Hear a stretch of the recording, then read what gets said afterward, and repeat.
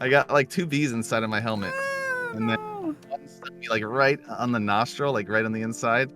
And I didn't know what to do because there was people like workers working in the house, and I couldn't run in there because I'm covered in bees.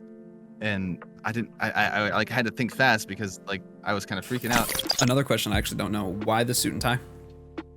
Why the suit and tie? You know, there was one time, like when I was first starting to stream, right? Alrighty. Cool. Ladies and gentlemen, welcome back to Nade at Night. I am your host, nadegod, as always. We are now moving on to the Unfiltered section. I've got PixelPeet here in the booth.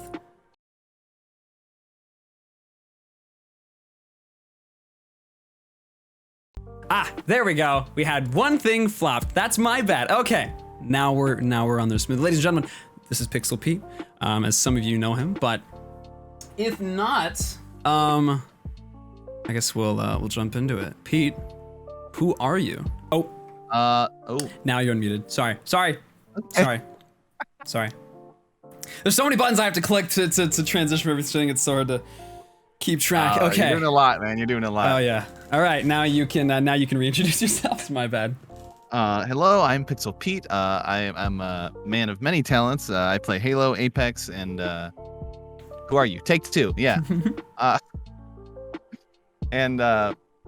Basically, yeah, that's what I do. I have a lot of effects that I use, and I play a lot of games. So, yeah, you can find me most times just hanging out. Yeah. Not gonna. I don't think actually as long as we've known each other, I don't think I've ever actually known. How did you come up with your name? I thought about it a lot, and I really like. I kind of thought of, I guess, the double alliteration. I think that's what it's called. Appealed to me because like I just wanted something that just flowed off the tongue, and I had a couple in mind, and I kind of went with that one because yeah, I was just like brainstorming, thinking about different things like that. So, and so is it a play off of your real name?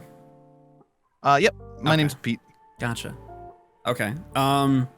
You've been streaming for like a long time, I believe. I think you told me like 4 years now or so, kind of like a little bit not quite on and 4, off. like 3.9, I think, somewhere. Almost 4. Okay. Yeah. Okay. Another question I actually don't know. Why the suit and tie? Why the suit and tie? You know, there was one time, like when I was first starting to stream, right? It was pretty funny, and I was dressed up already, and I kind of just hopped on the game because I think it was Halo 4 at the time. Oh jeez. And I had a bunch of people come into the stream, and they were just all kind of just wondering why I was wearing a suit and tie, and like that's the only reason they were in there.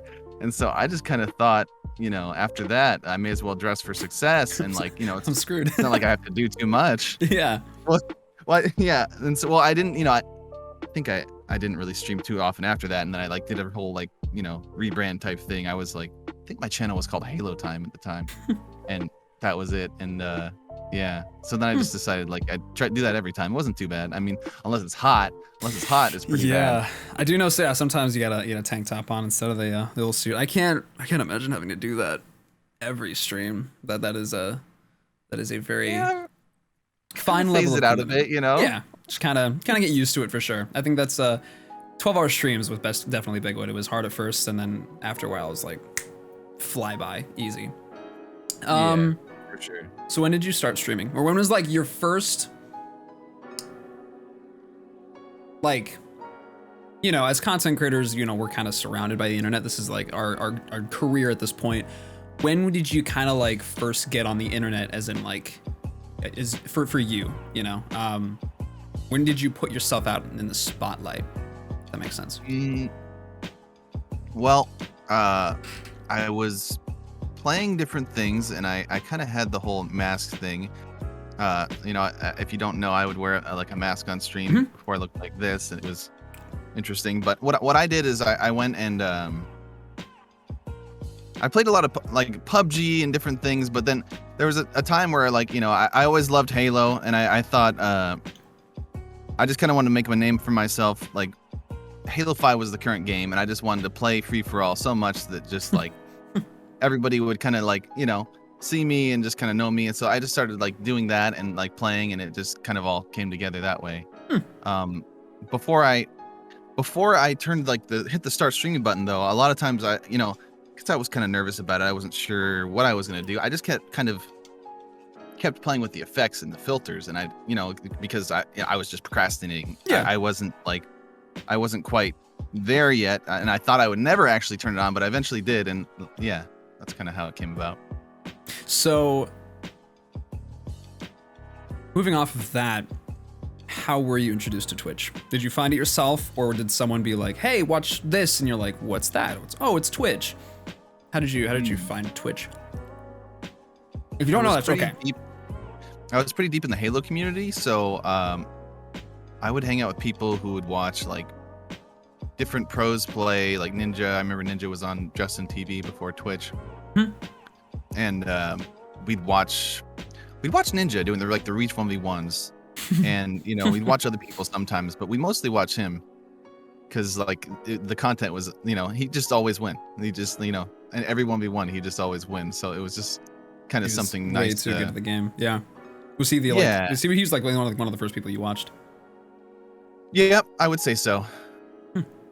Okay. Wasn't that big at the time either, like a pretty small channel compared to a lot of others, but he did really well. So you have a ton of effects on your stream, like a lot of stuff going on. Quite frankly, it's inspired me a ton. I think Kelly, I believe, was the first person that somehow, I don't even know if he directly introduced me to you in terms of your channel. I think there's some sort of connection with Kelly there. Quite frankly, I might have even seen a picture with you and him at TwitchCon before I even saw your channel. But I remember almost every channel I had ever come across on Twitch, if there was something going on, if there's something effects based, I was like, oh yeah, they did that like this.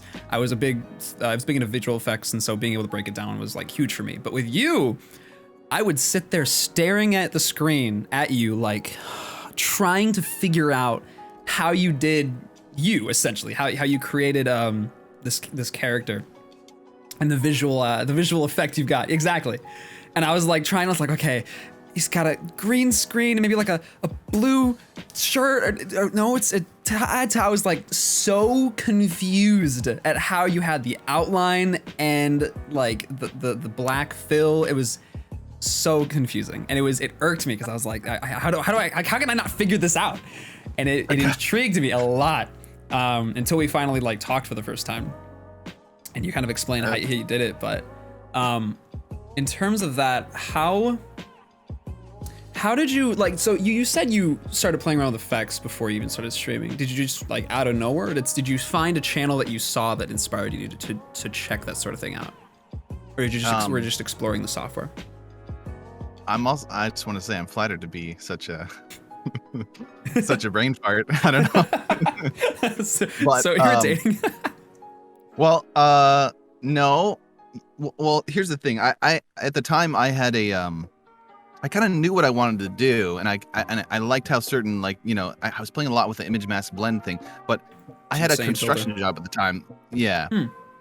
And I would just think I knew what I wanted to do kind of in my head, or what I would try and do, because I would just sit there and play with it for a while, and then I would just kind of try to solve the problem all day in my head at work, and instead of paying attention to my job, and eventually I just have a eureka moment, and I was like, oh, okay. So that's just kind of what I would do. I just think about it all day. I haven't done that in a while, but man, somehow it worked, and then I just try to build off that. So I just keep building.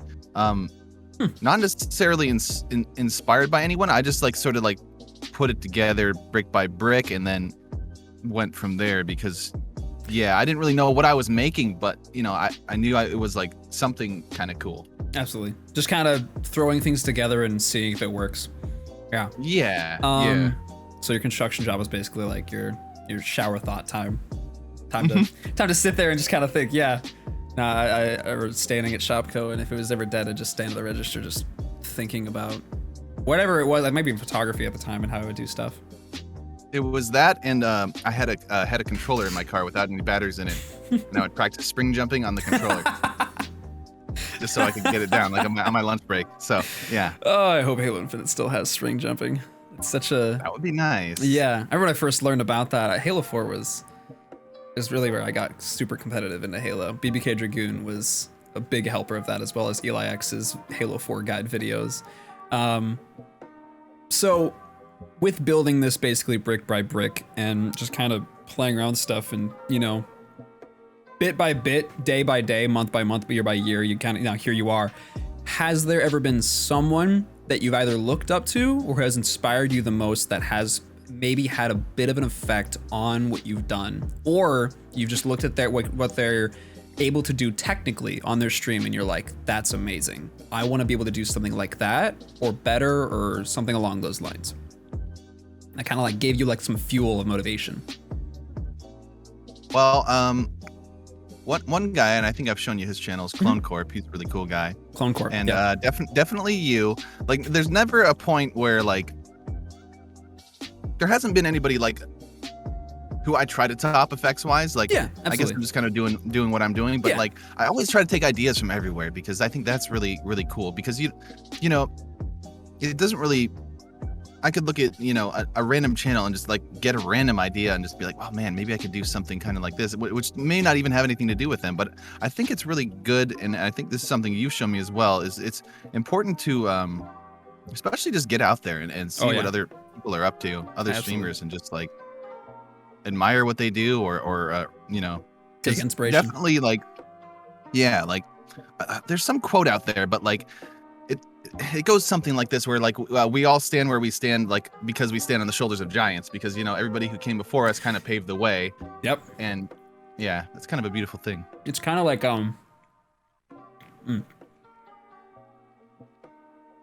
growing up and kind of almost like coming to the realization that almost all art just isn't original anymore. It's so hard to like truly look at something and not try to compare it to something else. Like, oh, this reminds me of this.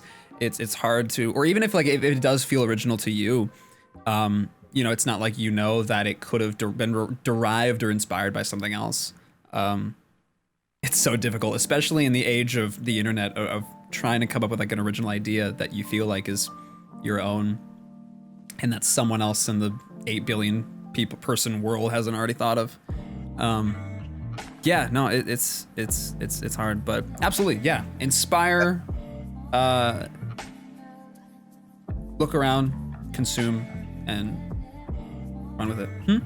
Also, before I think before I even considered streaming, I went to TwitchCon for the first time. Oh. And I went to a couple panels there, and like I was just kind of amazed because like they basically are teaching everybody, like teaching you how to stream and like what to do, etc.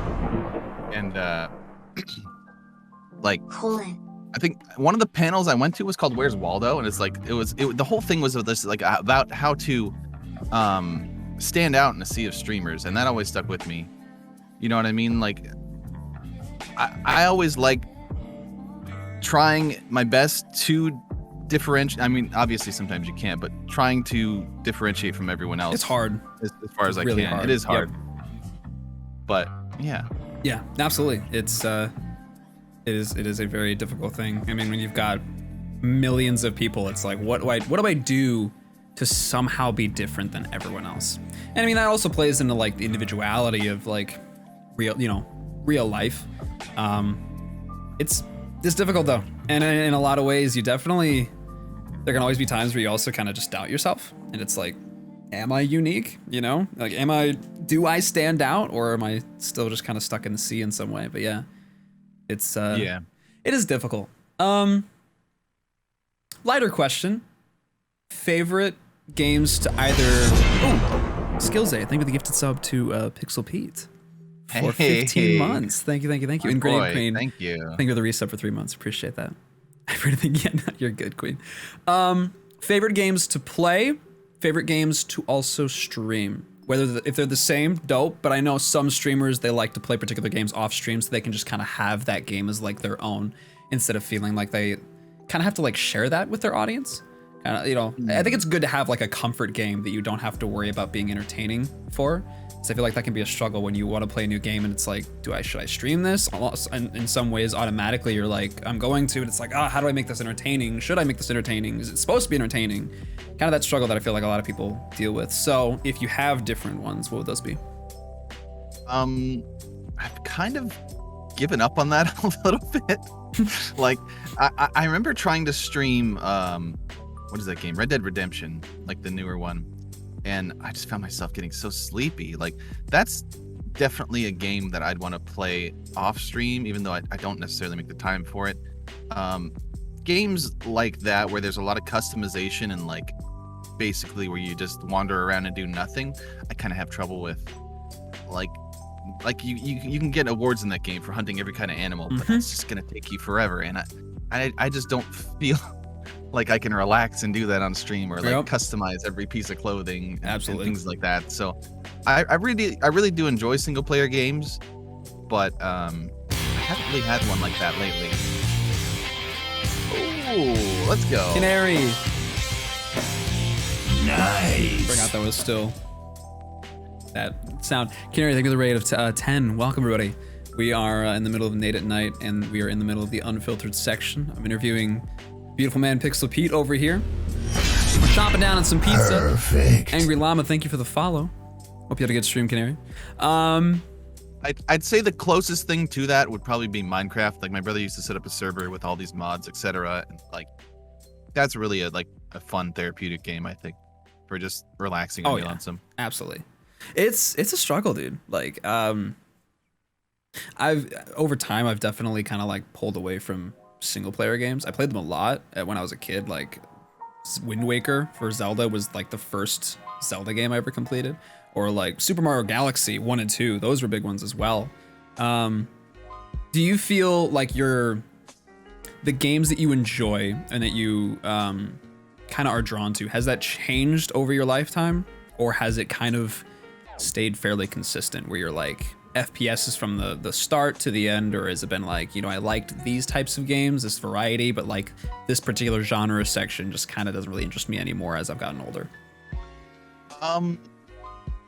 I'd say it's about the same, other than it's like broadened, because I've been trying to, like since like Halo for like the majority of lately has been on the decline. We're definitely getting something cool coming with Infinite. So with Halo 5 kind of falling off, and that's the game I was used to playing, I would just I would started branching out and playing a whole bunch of different genres, and like getting into Dark Souls and things like that, and plenty of games, because I would just play one and I was very comfortable, like I was good at it. And it's very hard stepping outside of that comfort zone and playing something that I have no idea how to do. And like, I have to figure it out in front of people. Yep. It's awkward. Who are like experts at it.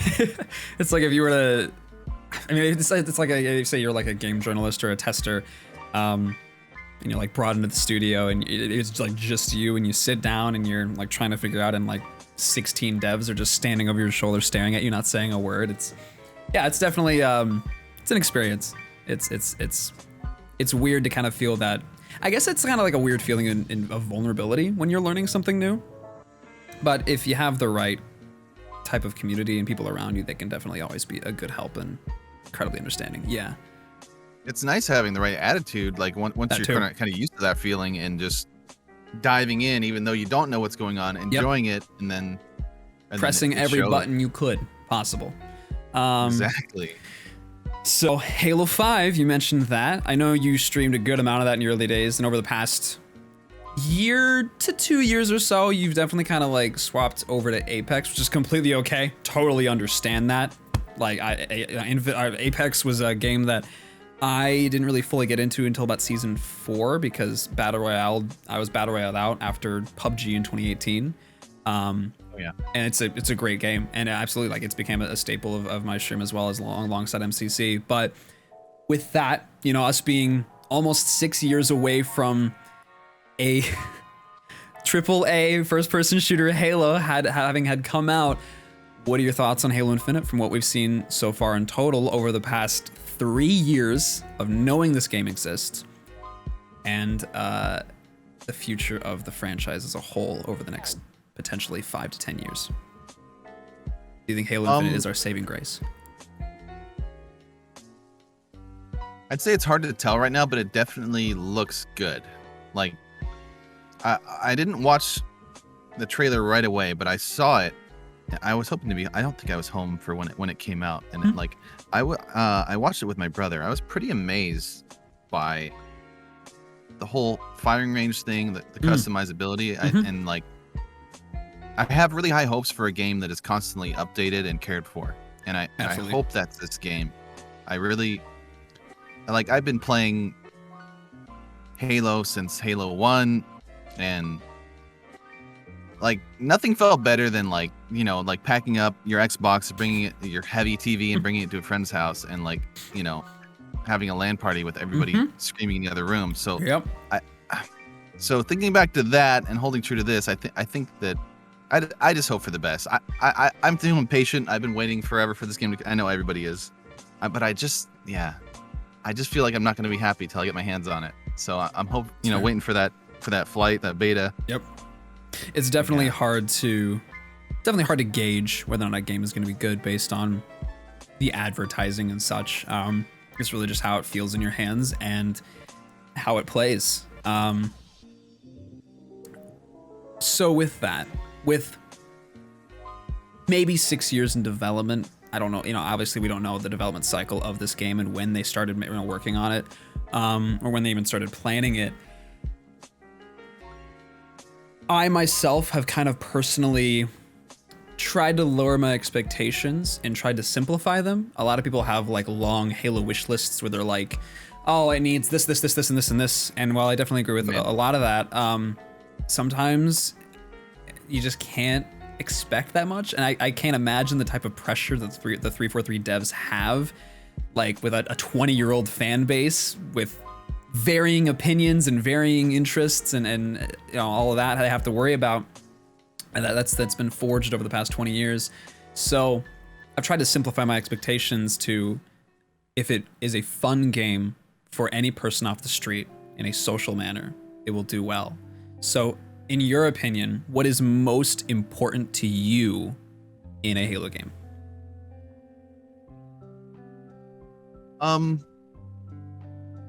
I would have to say replayability, like, you know, like having a good assortment of maps to play on, having the campaign be, you know, usually I have a ritual where I get like 3 friends, and we all play the campaign the first night, beat it, and then on to multiplayer for the next day. But I would have to say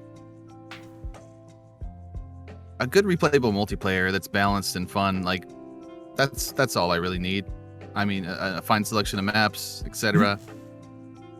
I don't think, because I think the worst one I played was Halo 4. So as long as it's not that, I think I'll be all right. Okay. I'm gonna try to keep my hopes low too, because it's better to keep them low, and if it's a good game, it feels even better. But yeah, I feel like I've heard like so many lists. I want Halo to have this. I want Halo to have that. Like it's just not out, and everybody's just got one. Going crazy with them. Yep. Yeah. Their whole thought process is, you know, if they can make their own Halo game, they want nearly everything that every Halo offered for the past 20 years. I had my question is like right now. Okay. Thinking about Halo 4 and how you didn't enjoy that, and there's a lot of aspects to Halo 4 that are, you know, there to not exactly enjoy, which is okay. Halo 4, have you ever thought about the way each game feels in gameplay in terms of weight? This is something that I've thought about a little bit recently, where like Halo 4 feels very slippery and like kind of like you're like ice skating half the time when you're sprinting and moving around, whereas like a game kind of like Halo, even like Halo CE or Halo 2 kind of feels a bit more weighted or like clunkier in that aspect, where like the animations sometimes have to finish before you can do something else, whereas like Halo 4, you know, you could be doing like 5 things all at once, it seems like. And then Halo 5, you know, they all kind of have their own general feel and weight to it. And so speaking on that specifically, every Halo FPS that exists, which one do you think feels the best in your hands, where you feel like going on a killing frenzy, or like getting a Killionaire would think would be the easiest, and it just feels the most satisfying? Where you're like, I could play this all day, alone or with people. Well, I would say that's a hard decision. It is. I'm a sucker for Halo 2, because back in the day I just played the heck out of that. There was like a whole leaderboards and everything like that, and I'd always look at those. I always really liked the button glitches, the BXR, the double shot, etc. Beautiful button combos. Yeah. So I was really into those, and like, you know, like how high you could jump and all like the jumps you could do. There's some crazy maps in that game. Oh yeah. There's definitely some skill to it too. Sanctuary was it felt way harder to get up to ring 3 than on H2A. Yeah. It was definitely difficult. Also, like the Halo 2 glitches and things, like before they patched it out, man, you could do some weird stuff in that game where you could look at people with the rocket and then swap to the sword and lunge across the map. Yep. I can't remember what they called that, but yeah, I remember I was first introduced to something like that was Halo 2 speedrun by Mr. Monopoly. I think that was in my YouTube recommended like 2012, maybe 2013. And I was like, Halo 2 speedrun, and I was like, oh, this looks interesting. And he was at some sort of like speedrun convention or something. He had a bunch of people around him. But I was just like, I was entranced. I was like, this video is incredibly long. There's no way I'm gonna sit through this. And before I knew it, I was like 2 hours in, and I'm like, this is insane. He's like flying across the map with the sniper and the sword, and I'm like, how do people think of this? How do they like figure this sort of stuff out? They're sitting in this game for hours upon hours trying to break it, and they technically are. It was just like this weird. I think that was basically how I was introduced to like the speedrunning community, was through that video, that like that sub community existed. And You're making me remember it now. Yeah. It was definitely a popular video. It had been watched quite a while, but him and Naked Eli it's just so interesting to watch and to figure out like how these people figure it out. And that kind of plays into like the Hidden League gaming, where they, you know, their whole goal is basically like trying to break out of the maps that the devs make. And it's just crazy to think about how many sub communities that this Halo community holds. You're making me remember, okay? Because I remember in Halo 2, before they patched it, I think, or maybe this was always in, but they patched it eventually. Aerial melees hurt more. They like hurt slightly more, and then if you did an aerial melee, if you did an aerial melee with the rockets or with the brute shot, you could one tap somebody because they were like heavy weapons. Was that a glitch? No, that was. I think it was intended. I don't know if anybody remembers in the chat, but like I remember how many? Because wasn't it like 3 melees to kill someone normally? And before they like patched it, and then they made it 2. Halo 2 is a weird. It's got a weird history. I always forget about this stuff. Yeah. There's all the super jumps. And, man, I remember like they just came out with like a 1v1 playlist at some point, and like it was 1v1 on Ascension. So what does the guy do? He grabs the Banshee, flies up to the top of the map with a snipe, and he just hides there the whole time. I hated that. Oh, it just brought back so many memories, dude. Oh man, before I had an Xbox 360, me and my little brother would like all day we would 1v1 on Halo 2 because that's all we had. And so, yeah, we would figure out, I was like, oh, I can go up here? Perfect. And so I'd just be, I'd be sitting at the top of Ascension just sniping him the entire time. And there was no way you could fight back because I don't think the sniper would respawn until you had dropped it. Oh, man. Yeah. It's such a silly game, honestly, over time. It's such a weirdly silly game. The thing I think I'm looking forward to the most with Infinite is the same thing I did with Halo 2, and because I think that was the first, that was like the first online game, really. So everybody getting online and like learning tricks from each other and like figuring things out little by little is just, I think it's great to be there, like right as that starts, and like figuring it out with everybody. Like it's something you can't go back to, you know. It's something great to participate in. In some ways I'm happy about how old I am, but I really wish I could have been able to experience Halo in the pre-Halo 3 days, where it's like, you know, I have very faint memories, but my older brothers who were 8 and 10 years older than me, they had LAN parties every now and again in our basement. And I remember walking downstairs, and I think it was maybe like 5 years old, somewhere around that age. So now I could barely remember anything, but seeing 4 giant TVs all hooked up together and like a giant basement and like 16 dudes, I'm just like, what the hell is going on? Is a weird experience, but I can't imagine how much fun that must have been. Playing Halo is fun with friends, but in person, it's a whole different experience. It is so much more enjoyable. And experiencing that at Halo Post Discovery, I was there and I was like, why am I having the most fun playing Halo with people here? Like, I should be having fun with like all these other things that they're doing. But yeah, I wish I could have been able to experience that.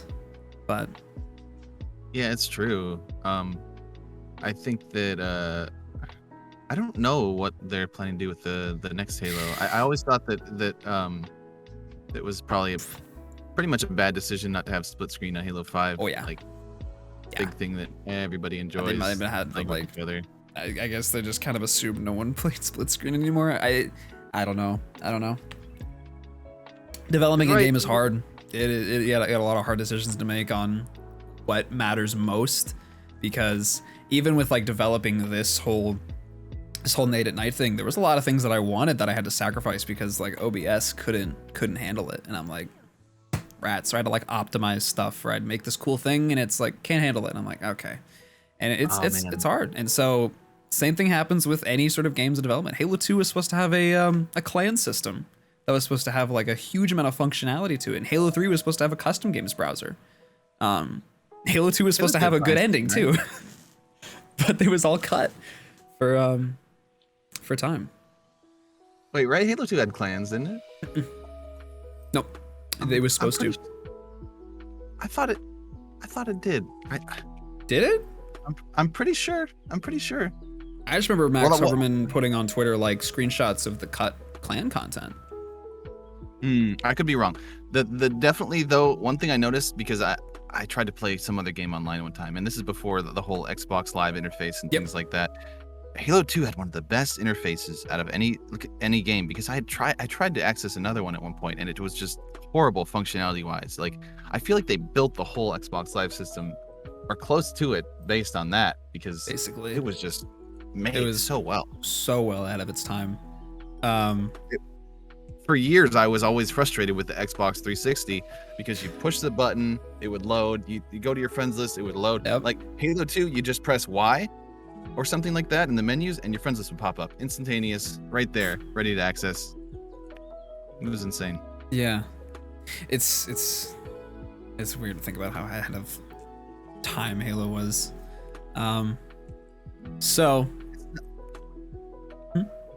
I was gonna say it's not until you compare it to other things that you realize how nice something is. Yes. Like, oh yes. Absolutely. And you think it's just the norm, and you're like not appreciating it. It's strange. Appreciate what you have until it's like the whole Halo 3 theater system. Yeah. Like you don't realize how good it is. Like that was so good. So well done. And their file share, and the fact that you can go into the campaign in the theater. Yeah, it's you don't really appreciate it until it's gone, and then when it is, you're like, oh shit, like that was fantastic. Why didn't we realize how good that was? Yeah. I'm hopeful though in terms of Halo Infinite. I'm trying to keep my expectations low. It's hard because what they're showing is it's looking good. We've been waiting on this game for a long time. Quite frankly, I think 2017 E3, I fully expected them to come out with like announce Halo 6 and it basically just be like a slightly better version of Halo 5, maybe a slightly better story. I fully had low expectations for the next game after Halo 5. I was like, well, 2 strikes down, MCC being MCC, like I don't know how they could ever come back from this. And hopefully they are. You know, obviously we can't judge the game because we don't have it in our hands. You know, same way Halo 5's story mode looked very appealing and very good, and then we got it and it wasn't. So we don't truly know until we finally get a hands on it. But I feel like that's part of it too. Like playing whatever Halo you're playing, you're always kind of wondering about the next one. What's the next one going to be like? Is it going to be different? Yep. Like, that's always been it for me. And like that's one thing I was doing the same thing with Halo 5, you know, as I did the games before it. I was like, man, when is the next game gonna come out? Yep. So yeah. We're never satisfied as humans, unfortunately. Never satisfied. Yeah, I suppose so. I mean, like, for example, like making this whole show, like almost anything I do, like I'm satisfied with it, and then after a while, I'm like, is this enough? Like, am I doing enough as a content creator to like satisfy the people that look up to me and that like support me? Like, am I doing enough? Do they feel like the time that they put and that they spend with me is that valued? So yeah, no, I absolutely, it's difficult, and so I hope, you know, free to play games, they definitely, like, their popularity and their success definitely is kind of like a roller coaster. Like, it goes up and down, you know. With Apex, it's had its great moments, it's had its bad moments, it's had its kind of iffy moments, and I've seen that game go up and down. You know, we had the initial launch of season 6, and that was really rough. And honestly, now, what are your thoughts on Apex in its current state? You've played the game a long time. You're making me smirk here. Wait, can I ask you a question? Oh yeah, just 1 second. SJ. No worries, no worries. Thank you for the rate of 49. 9. I almost said 8. Thank you so much. Appreciate that. How you guys doing?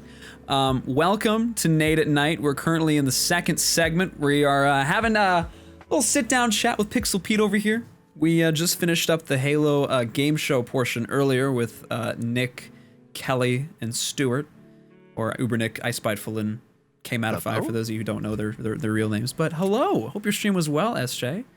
We're just having a little chat about some video games, Halo Infinite in particular. You had a question for me. What was it? Oh, I was gonna ask you what your worst Apex moment was. Oh God, like, dude. I've had a lot, especially with learning. Apex went from a game that it went from being like majority of games are like this, where you're like, you play it and you're like, no, this is pretty fun. we're just sticking around, you know, we're just having fun. And then as soon as you start getting good at it, or someone comes along that like knows what they're doing more than you, and they kind of rub off on you, and you learn about that, or you start watching like a pro player play it, you're like, oh, and then like the competitiveness kind of clicks in. And in a way, it's almost like, it's kind of like Halo 5. Halo 5, I played so much competitive with friends that I can't play that game without sweating my ass off. And in some ways, the development kind of affected that. You know, that game was developed to be a super highly competitive, high octane game. But worst moment in Apex, one, there's too many to count. So anytime I get a Kraber and unload probably about 2 clips and don't hit a single shot. Oh, or using, like, being like, yeah, no, guys, I got this. Unloading like the entire, all of its ammunition, and like being so close to hitting each shot. And you're like, next one, and nothing. Oh my God. It's like if you were holding like a shotgun and you're like out like shooting somewhere and you're like, pull, you don't hit a single one. I know, I hate that too. It's like the content canyon. Yep. The content canyon, and you're not making it happen. Nope. Well, I was thinking specifically like the Ring of Fire event was my least favorite moment of all. Like, is that Octane? You played during that. The Ring of Fire. It was like the one with the moving zones. Oh, was it like the multiple and the noise in your ear? Yeah. Oh God. Time you'd hear it. So that. I mainly thought I was thinking about like moments that I like just messed up on. I didn't really think, honestly. I think the worst state that I felt Apex was in was, I want to say like season 6, when they made the change to the Evo shields, where like level 1 was 25 and level 2 was 50 and level 3 was 75 and red was a full 200. They changed it really quickly because everyone was like, this is horrible. Like it severely altered the time to kill, and everyone completely was just like, please change this back. This game is like, it was amazing that that one small change completely like altered that much feeling of the game. And I think they made it. Yeah, they completely butchered. I think after about a week, maybe tops, they changed it back, and they reverted that one change. I remember season 6 coming out and just feeling like all the friends around me that played Apex, they just all kind of, even the pros and the streamers, they just felt like it just kind of sucked, you know? It's hard to make content for a game that's in such a bad state Yeah, when it's your true. career relies on it. Yeah, But it's well, I am pretty happy with the current state of it. I mean, I don't sweat super hard in ranked or anything like that. I would like to. It's a very fun game. I do find it slower and like kind of less fun to play ranked sometimes, especially if I'm streaming. Yep. I kind of just like to just go for every fight and just play pubs myself. But smart. I think it's really smart of them to do this throwback event they're doing right now. Yes.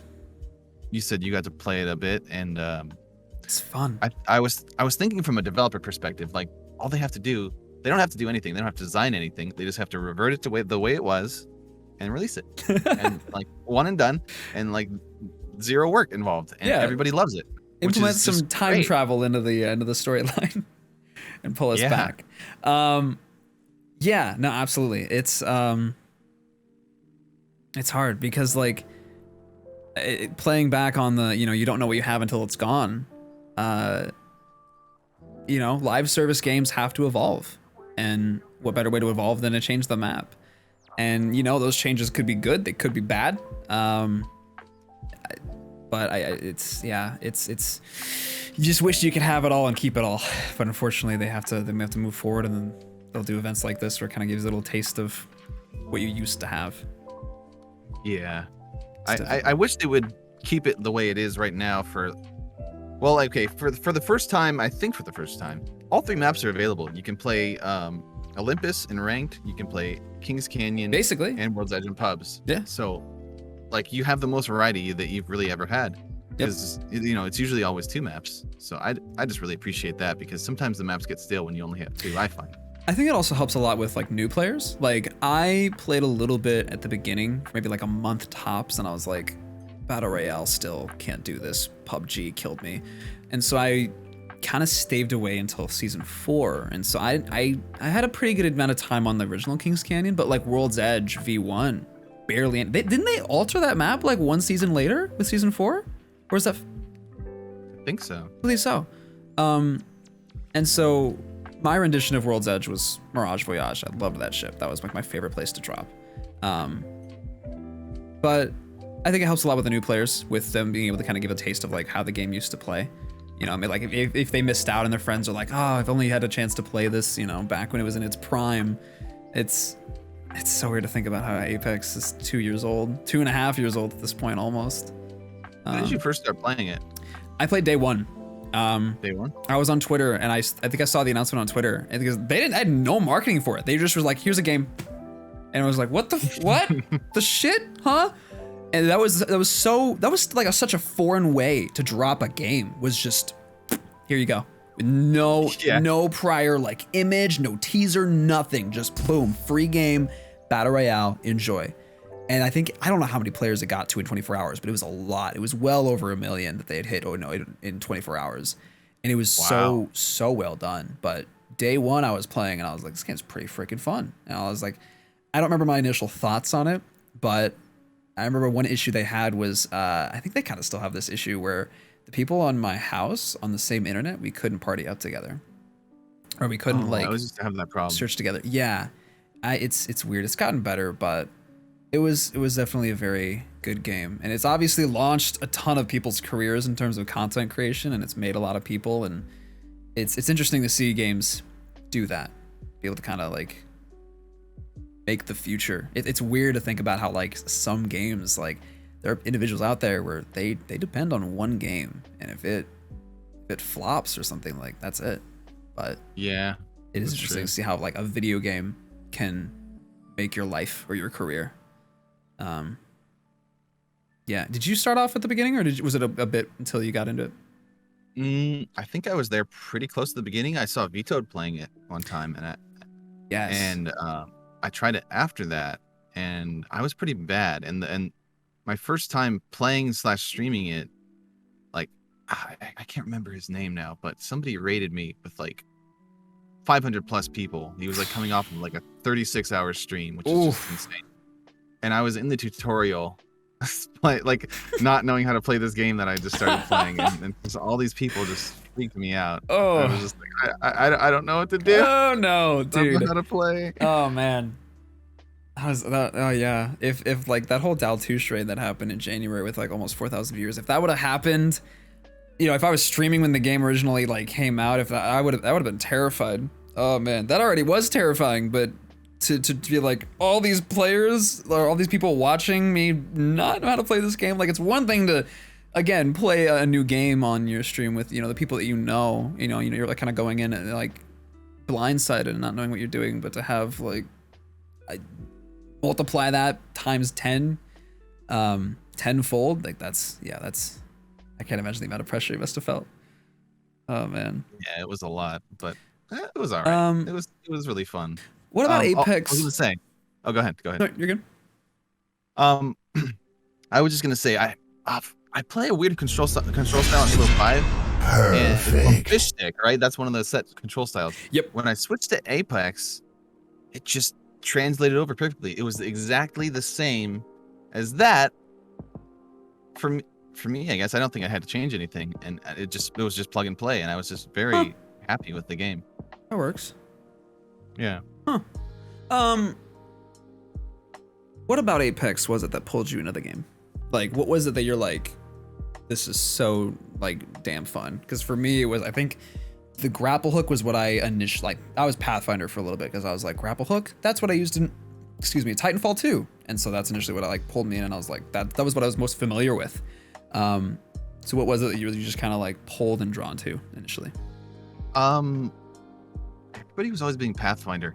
I thought the punching was really funny. Like, just the animation for it, and then you could just beat somebody up while they're down. Like, I liked the ultimates thing because the first character everybody plays is like Lifeline, the tutorial, and like that that pulled me in. But like something about battle royales has just always made me really, really nervous. Like, yes, it just gets my heart pumping whenever we find like, well, especially at first, it just get my heart pumping through my chest, like more than like exercising or anything else. Yep. And I just be like feeling terrified at the other players. So I think it's that thrill, and then doing that with friends, because it's always, you never know what to expect in a battle royale, because like every situation is different. Yep. And I think that's what pulled me in. Like I really enjoyed it. I would always do like a half and half stream. I'd do Halo 5 and then Apex, and then like I think they got rid of the Halo 5 free for all playlist, and that was just like the one I would name. Yeah, they took it out for like a month or two, and I was just like super annoyed and depressed about that. So I just started playing more Apex. Yep. And just bit by bit sucked you in more. Yeah. And and it's got something about this game specifically too. There's a big drive to like improve, and when you see improvement, it makes you want to play even more. Yes, I mean that, for a lot of competitive games, absolutely. But Apex definitely was like that draw. Once you got to a certain point, there was kind of no going back. It was like, oh shit, like, I just hit platinum, like I could do that. Okay, I want to, let's like how much farther like up can we go? Like, do I have the ability to hit diamond?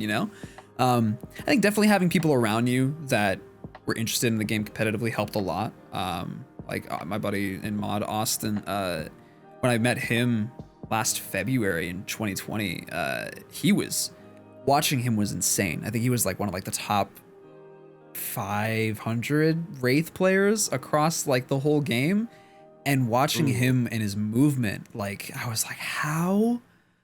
It just blew my mind. Like I'd die and I'd be watching his perspective, and he's like running away from like an entire team, and he's just running circles around them, and he's like moving around the map in ways that I've never seen before. And I was like, how the hell is he doing this?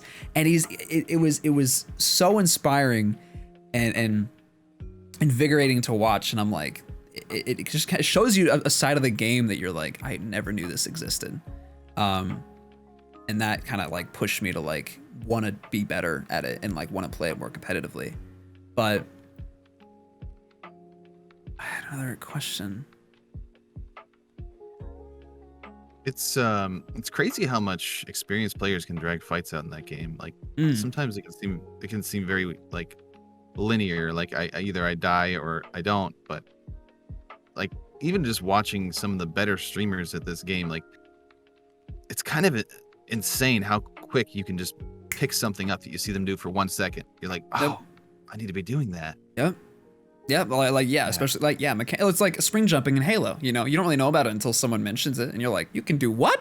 And so you practice that for hours on end until you've got it down pat. In some ways, like I remember the jump up to top mid in Fathom above sub. That I would go into custom game and practice over and over and over again. I was like, I want to be able to jump up. Slippery one. It was. I was like, I want to be able to jump up to top mid and get this active camo anytime, like no mistake. And to the point I eventually got it where it was like 95% successful. I'd get it almost every time. And it was satisfying to be able to kind of like harness that skill and you know, mold it into what just felt natural. But in terms of Apex, yeah, there was a ton of replayability and just BRs in general. And so talking about like, yeah, the whole heartbeat, you know, like getting your blood pumping and getting that nervousness. I felt that the most in PUBG. PUBG, not playing that with anyone or playing like ones solos in PUBG, I would be terrified because you could die like that. If someone was behind you, the chance of you being able to turn around and try to counteract that, especially on controller, was like impossible. And so panic, man. PUBG was a long game. The amount of time I would just lay down in a house and just wait for the ring to close in. I'd be like, all right, let's just keep following the ring. We're just gonna keep hiding. I didn't care about kills. I was like, I just want to get this win. Because it was like when your first experience of the BR, like seeing that winner chicken dinner and just like knowing like you survived out of 100 people was a feeling like any other. And that feeling carried on over to Apex, seeing that champion screen in it. It kind of hurts to kind of have that like desensitized after a while, you know, like once you've experienced something over and over and over again, it just kind of gets boring after a while. And winning in Apex is still incredibly invigorating, especially if you do it well. But sometimes you get it and you're just like, there's another one. You're like, that's it?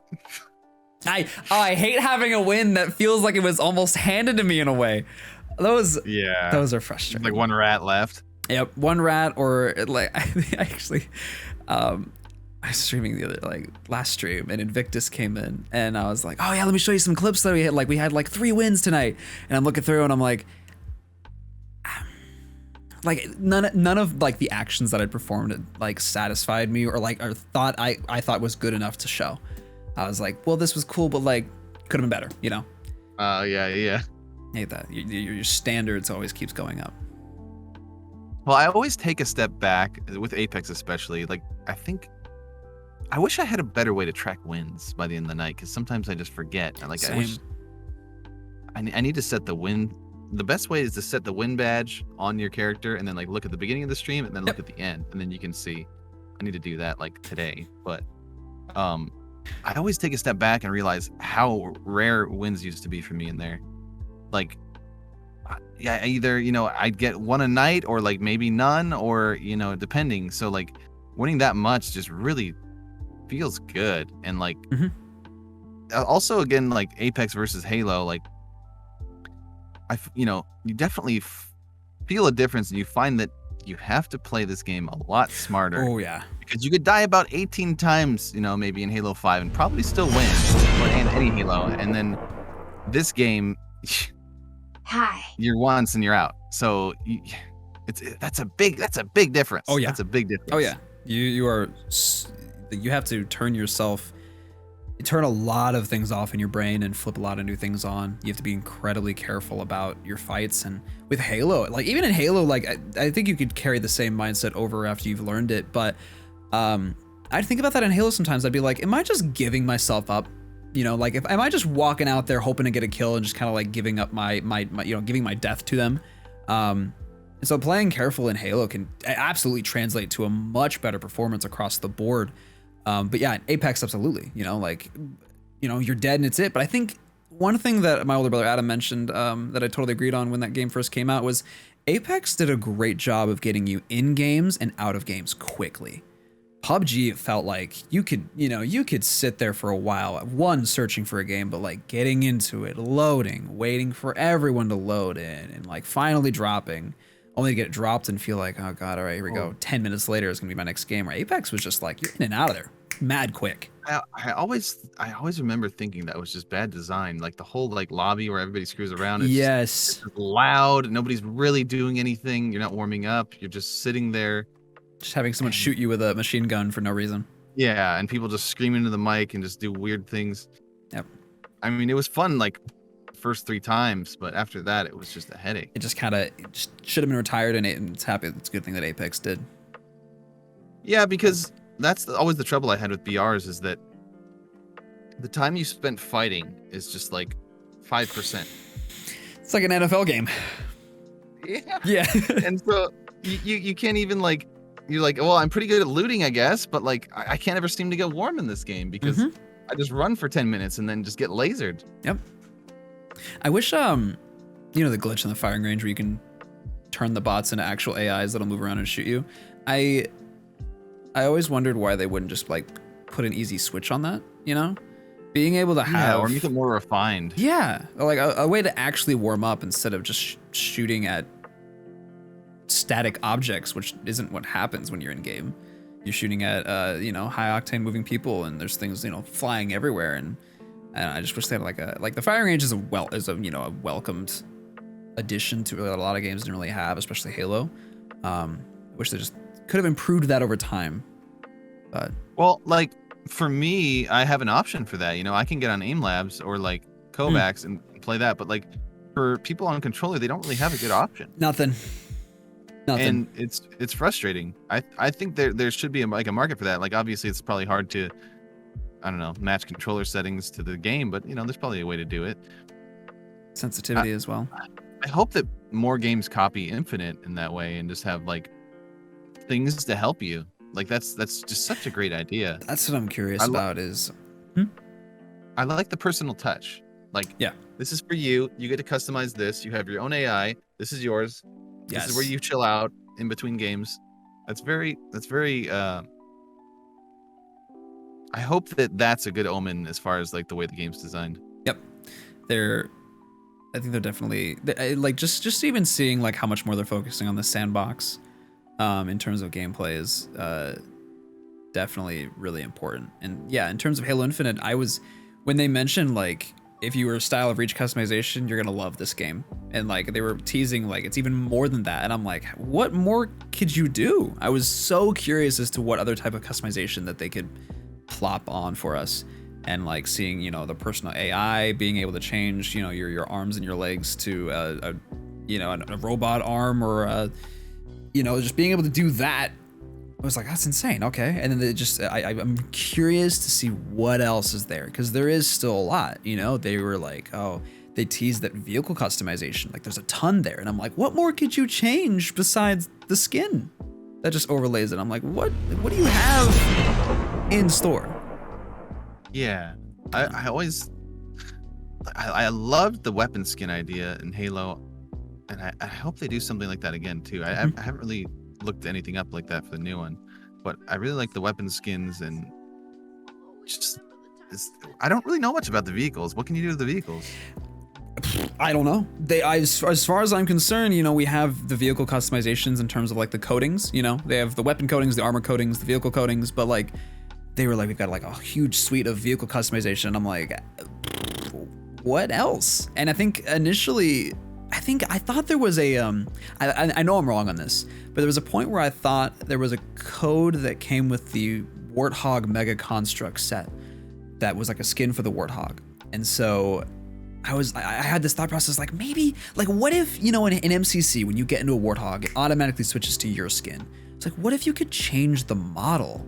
You know, like what if you get in and it completely alters it to like, boom, Halo 3 Warthog. You know, like that'd be awesome. That'd be insane. Or like, I was trying to think of like what else is there to customize on a vehicle besides the skin? So I don't know. I didn't know initially what player customization they were gonna have, and they surprised me there. But I think there's a lot that they haven't shown us yet. And the samurai armor was honestly like, that was huge. I kind of like the Apex model where whenever you pick something up, you can choose to reskin it. That is actually, yes, I think that would be a perfect feature to reintegrate. That'd be a really cool way to just show your friends your skins too. Yeah, let's say you kill nadegod and then you got his sniper. Like you don't reskin it because you're like, I got the nadegod sniper, right? The content creator skin pack. Yeah, man. God. We were talking about that. I was talking about with a few friends. I was like, what if some people proposed the idea of if they had content creator AIs, but but that would be so problematic because for a few reasons, like who are we gonna choose? People who don't get chosen are gonna get real mad or irritated. And then you also have like, what if you choose someone that's like super lively, you know, super personal, but as soon as they get in the booth, they freeze up. And like they're monotoned, they say everything the same way. Like, what are you gonna do? Say, hey, this isn't working out? Like, you have to go through with it at that point. I feel like that could be, it'd be really rough. But I think skin packs could be pretty cool. You know, like they choose like a really dedicated, great content creator for Halo that's been here for a while, and they say, hey, you know, we see you've got this large audience. We see you support Halo immensely. Like, we want to work together with you on like a skin pack, and you'll get like a portion of the revenue. That'd be really cool. Well, I think that what skins were a relatively new idea, right? Like they're just Halo 5 and that's it as far as Halo 4 weapons go. Did Halo 4 weapons? Yeah, the Champions bundle had the like kind of gold cyber or steampunk kind of ones, and they had like the Arctic BR. Yeah, Halo 4. Okay. Halo 4 was the first Halo that had weapon skins. I really enjoyed the Halo 5 ones. Halo 5s were definitely a step up. Yeah, I hope to see more in the next game. Like, so just, I got kind of obsessed with the pizza gun, but there were so many like good ones in there. Oh, so many people were so. Hold on. That was such. They hated it. Like it was like in the middle. It was so weird that like that was dividing people. Like people were like, oh sweet pizza skin, and then some people were like, this is stupid. A lot of people, like, I definitely believe there should still be a switch like they have at MCC, where some people genuinely just hate skins and that sort of player customization so much they don't want to see it. Like, that should still be a thing. Maybe, you know, I don't think it should be required for the new Halo, because something like Halo 3, when you're adding those things in, it is clearly understandable that someone wants to preserve the game's, you know, initial integrity, even if you know, that. But yeah, I really would like, Valorant does this like over the top. Apex, I feel like, is kind of in the middle. I would love for them to be able to like have skins that would kind of change the model of the gun to fit the like the style of the skin, like Apex does. You know, their legendary skins change the model. And honestly, like that changes the feel of it too. There's some skins that make a gun just feel drastically different than others. I think like that could be really cool. Instead of just putting like a paint job on it, like you change little specific parts. Maybe you could go as crazy as Valorant. It changes the sound effects of it. Ooh, I don't know. Yeah, there's a lot to do there. I think that a lot of possibilities. The more they can like invent, the more like, you know, the better the game can do. The more people have to get, maybe the more money they can make. Hopefully not too much, but I'm really happy about their battle pass decision too. Yeah, that's smart. That's so smart. That's definitely a step in the right direction when you got Apex charging like $200 for an heirloom.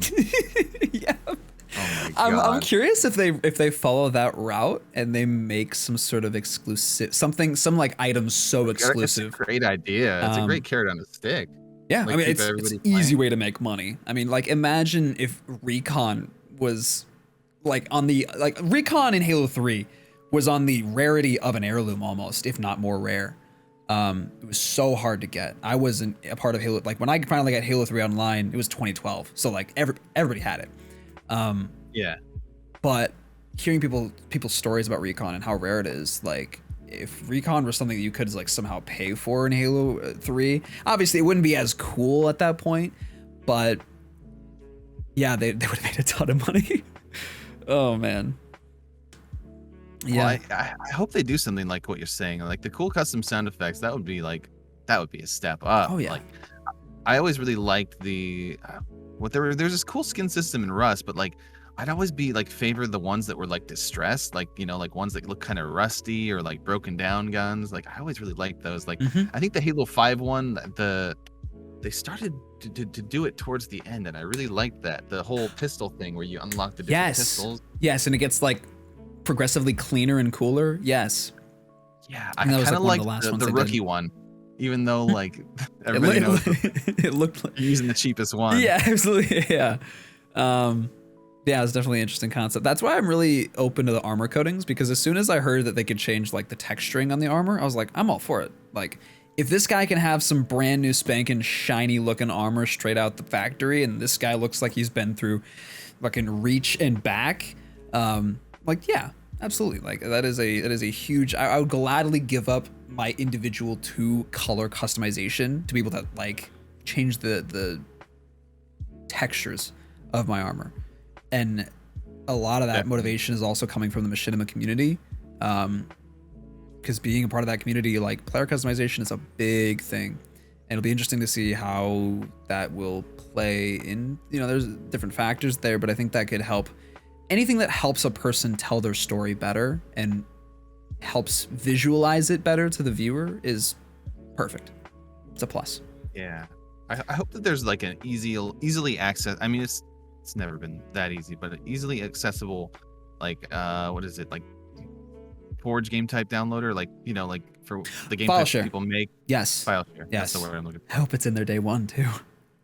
But yes, Yeah. an easily accessible, easy one to navigate and to use. Absolutely. Yeah, as long 'Cause as wait, that's. Didn't Halo 5 launch without that? And then without doubles. It didn't have doubles on launch. It did. Ooh, I know Halo 4 launched without a file share. I think Halo 4 didn't get a file share till like April of the next year.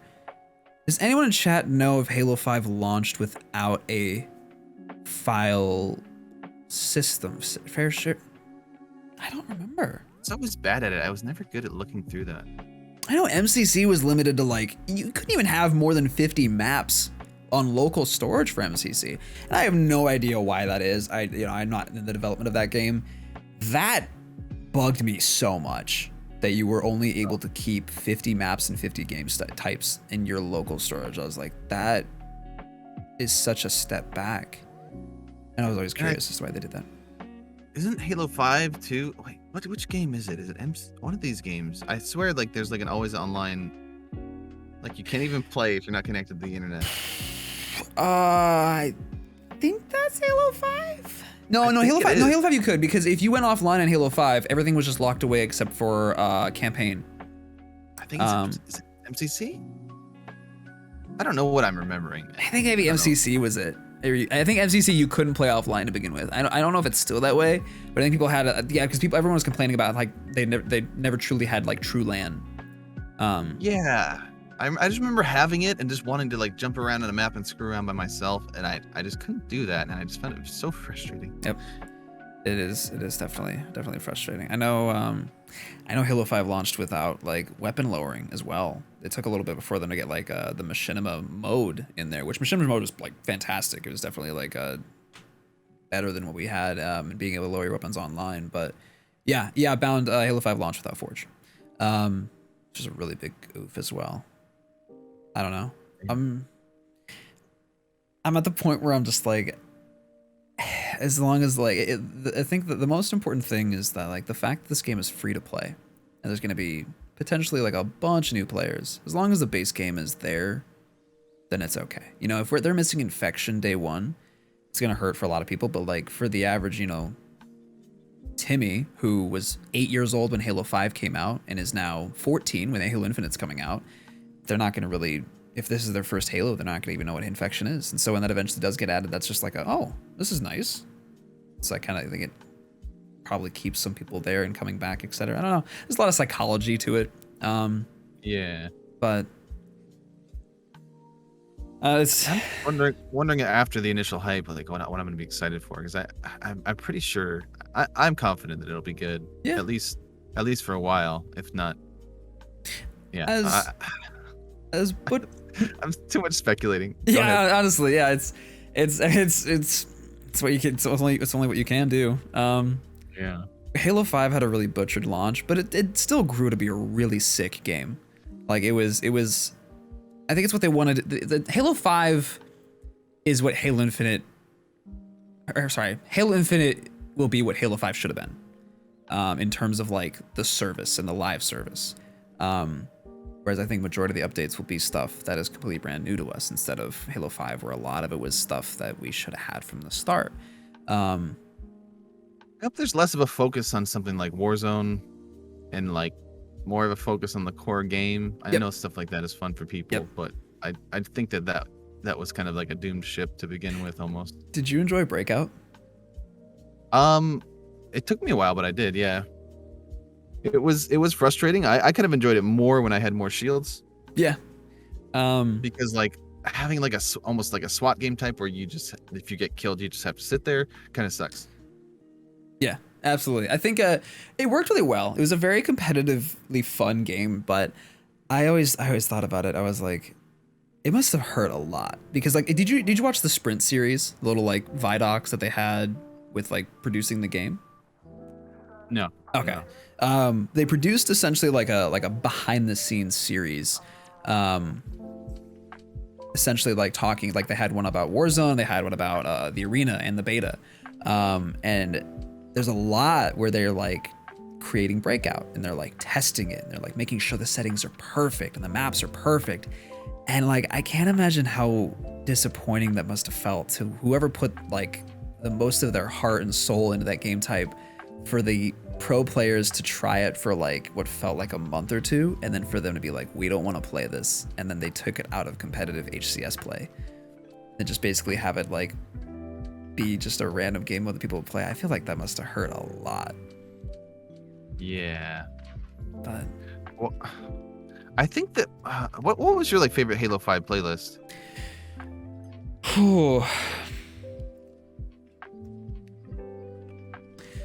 There was a point, I remember the point where I stopped playing Warzone. I enjoyed it, but after a point I just got so sucked into Arena. I played a lot of free-for-all. I followed Vito. I listened to a lot of what Vito would say on Twitter about like that. And I saw 343 take a lot of what Vito would say and put it into the game. Like they listened to him a lot because he knew what he was talking about. Yeah. Oh man, the playlist had changed so often. When the new HCS settings came out 2 years later, I played a lot of that. The no Spartan Charge, no ground pound, but I think free for all probably. If I wasn't playing with anyone, free for all was probably like my favorite.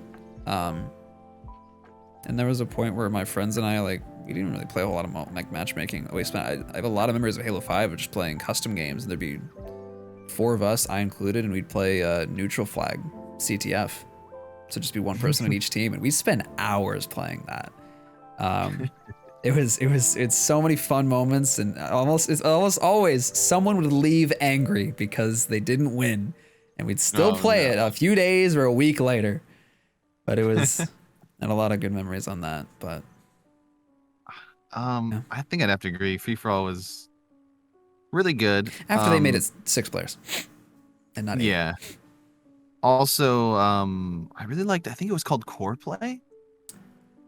They take it in and out, but like you could load up with 4. It was like a team. It was almost like, you know, it was a like team training type playlist, and it did a lot of objective types, and like yes. I was trying to think and then they got about rid of it. Yeah, I was trying to think about the one where it's just objectives. If they just had CTF, I would have been in there 24/7. Yeah, I love CTF. So good. I got really burned on Halo 5 with Oddball. I thought it was so slow, and like, I mean, they didn't even officially have Oddball for 2 years. Yeah. Yeah, I think it was their overtime update. It was 2 years later, and they finally had Oddball. But Strongholds. I was like playing the HCS playlist, but always getting Oddball. Yep. Strongholds was basically, Strongholds was my Oddball. It was fun for a good amount of time, but after a while, I was just like, I'm getting real sick of this. I don't know why. It was so frustrating. I'm pretty sure they're bringing Strongholds back in Infinite. I'm pretty sure in the multiplayer reveal trailer we saw it. But I hope they somehow make it more fun. I don't know if that's even possible, but I'm curious to see if they are creating any new game types. You know, Halo 4 gave us Ricochet, arguably the best Halo game type Halo has created. Or I guess, I mean, best new game type. And I'd love to see what you could do with the equipment and Ricochet. I feel like it makes some really sick plays. Halo 5 was supposed to have it, but it was cut. I'm pretty sure. They had unused Ricochet lines, and that hurt. I'm really excited to, man, just like see what a flag playlist looks like, what a CTF playlist looks like, or game, in the new game, like flag traveling's gonna work, if it's designed for it, just how it plays in Infinite. Yep, it's gonna be interesting. I'm curious, and if they're gonna like, you know, the grapple hook's gonna be a map pickup, but I don't think we actually see a flag carrier use equipment, but there was a picture. They actually deleted this. They uploaded a picture of a guy holding the oddball and using grapple hook, and then Mitt Blitz grabbed that, plopped it on Twitter, and then I went to go look for it and it was gone. And I was like, Oh, hey, do you wow. have that image? And I was like, I wonder why they deleted that. Maybe it's like a gameplay mode that they're still like juggling around. They're like, maybe we want to keep this in. But if the Interesting. flag carrier can use equipment, like for sure, and they keep that in there, I'm gonna be interesting to see if they choose to put the grapple hook on CTF maps. I feel like that could be somewhat troublesome, but it also incentivize caring about the equipment on the map. I don't know. Pretty funny that you can just snag weapons from people. Just Maybe have I've seen so many memes on that. Hey. Have you seen any evidence of like the animations of like snapping people's necks or whatever? No Spartans doing? assassinations. Oh, At the moment, no assassinations. we have not seen any assassinations. There was one moment where someone got backsmacked. Well, like the guy was falling down. And, you know, sometimes there's just like moments in the game where like you felt like you should have gotten assassination, but like the way you were facing in the other person, like it just didn't happen. Yeah, we haven't seen any assassination. I don't know if they're like saving it or what, but I'm curious, dude. Halo 5's assassinations, some of those were sick. Like those were One? really cool. Yeah. The one where you take the plasma grenade and you like throw it on his head and you grab his leg and you like throw him like around 360 and you let go and it explodes in midair. And that was one of my favorites besides Backbreaker. Yeah. The throwing one was good because like you throw the ragdoll pretty far. Oh yeah. The ragdoll physics in Halo Infinite look really good, but I don't know. You got me thinking about it now. I'm kind of thinking about like somebody driving a warthog, having a passenger. This probably wouldn't work, but like having the passenger use a grapple hook to like alter the trajectory of the warthog if you take a turn really tight. That's actually a good point. Could you do that in Halo 3? Could you toss equipment out of the warthog while you had it? I don't know. I don't feel like you could. I feel so. like that'd be problematic with the game's engine, but yeah, the bat turn, yeah, that could be interesting. You like grab a off the wall and it cliff just like whips you around.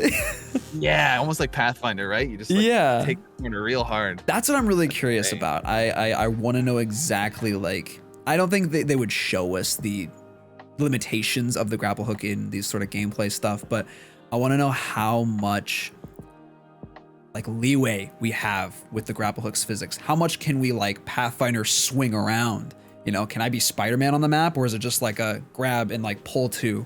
I think that's I don't know what, like, you probably have more experience. I know you played Just Cause 3, and there's a lot of games that have grapple hooks, but I want to know, like, what is it most familiar with in terms of feeling? That's the crazy part. Like, I think if Infinite could have a sandbox, like something like that game like that's literally all you're doing the whole time. You're just playing around with the physics Yep. and just like grappling around. Yep. Like if it could be fun like that, man, that'd be something special. Yeah. I really hope the cooldown, yeah, what Ice said, I really hope the cooldown is much shorter than Pathfinder's. I'm sure it will be because, one, it's limited use and it's not like everyone has that inherent ability, whereas Pathfinder has it, you know, unlimited, and it is his ability. But I want to know if if there's a small enough map where like it's like a ring around the map or something, can I Spider-Man around that entire map without like touching the ground? Is that going to be possible? Where Or if, or like change it in Forge settings. Yeah, I like custom game settings would be, yeah, I'd hope there'd be a lot of settings that Halo 5 shows that there should be, but I just, dude, the custom game possibility is going to be absolutely insane.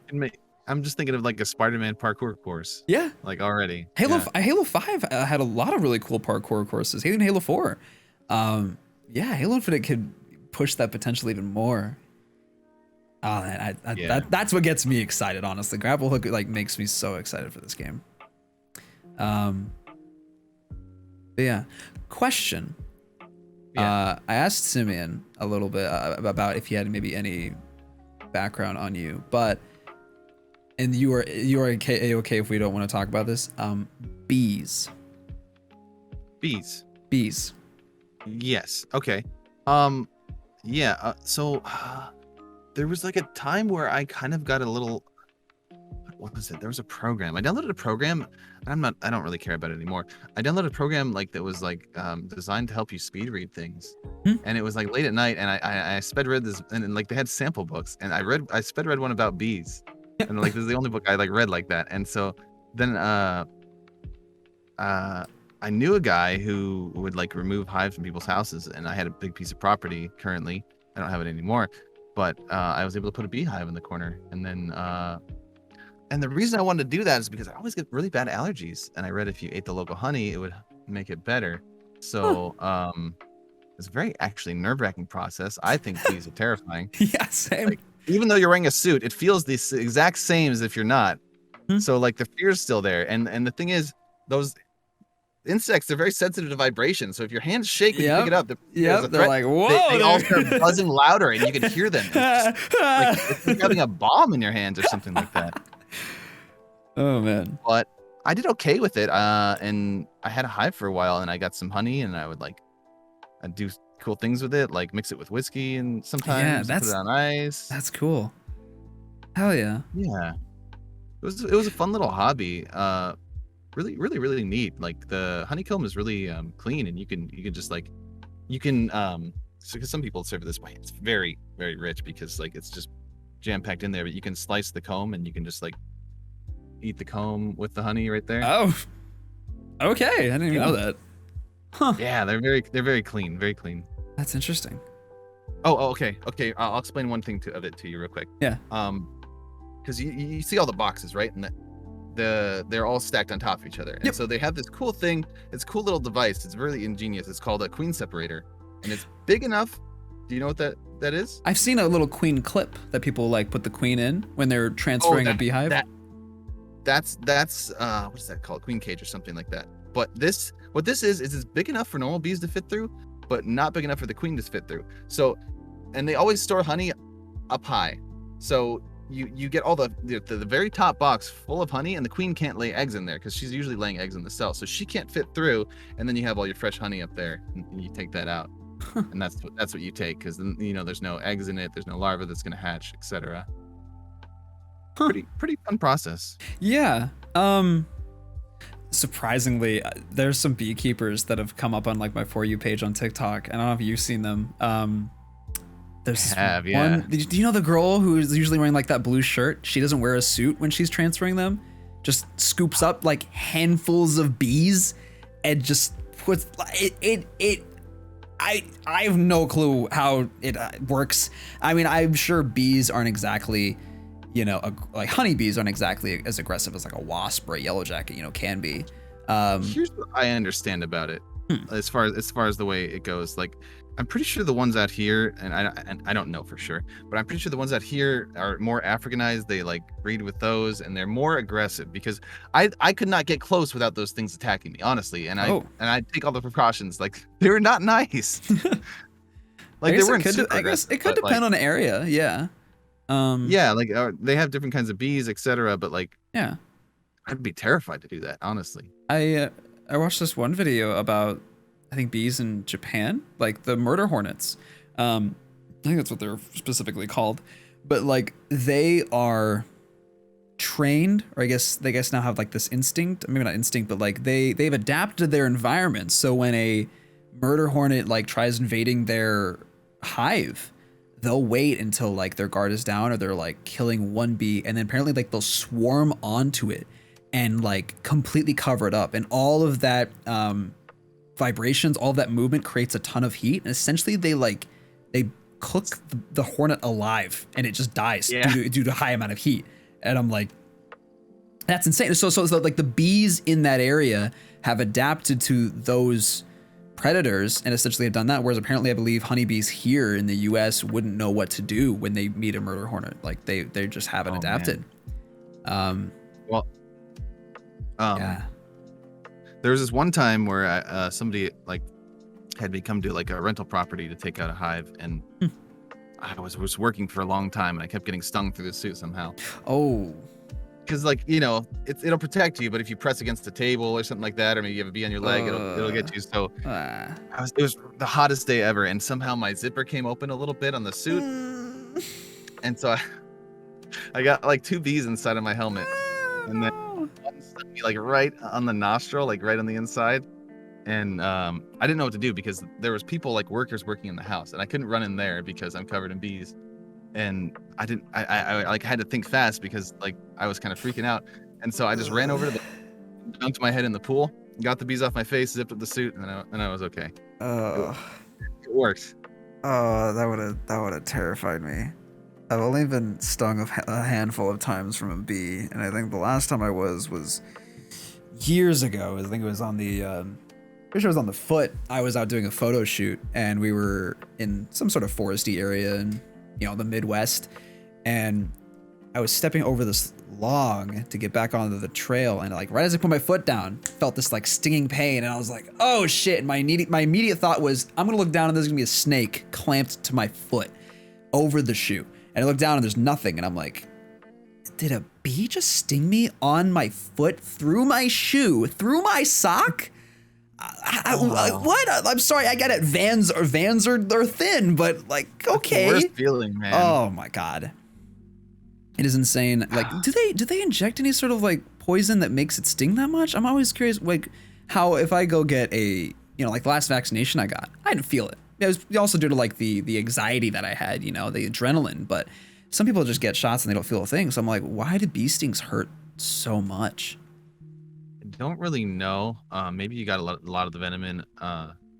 It's some people react to it more. Like the good protocol that I learned from the guy that I learned it from is that you're not supposed to bring anybody near your hive who's never been stung, because you don't know if they're allergic or not, and they could die. Yep. Which, If that were to happen, yeah. you didn't have an EpiPen, like, oof, that'd be be horrible. I guess there's this thing that happened to me when I was doing that job. Like, I was opening up this big old hive, right? And like bees were just sticking in the air, and it was like a plague. Like, I didn't know what was happening. I guess it's called robbing, because bees from another nearby hive could smell that one was open and like all vulnerable. They all just started killing each other, like in the air, and like taking the honey. And like when I finished, there were literally just dead bees all over the ground, like in the yard, because they were just like murdering each other. And I'd never seen anything like that before, and I thought it was horrible. Oh my god. Yeah. Oh wow. I just caused a freaking plague. you started a world war. Oh my god. It was a disaster. That is insane. Oh my gosh. But no, I don't really get allergies that bad anymore. Like living around here. Yeah. Which I'm not saying it totally worked, but I think it definitely helped. Everyone's different. I used to get them really bad. That is a spectacle to behold. Oh, yeesh. Oh, first, when bees sting, they release a chemical called melidin into their victim. The venom immediately triggers pain receptors, causing a burning sensation. Second, because a bee stinger is in fact barbed like a jagged sword. When it penetrates the victim's skin, it actually dislodges from the bee remaining there. Huh.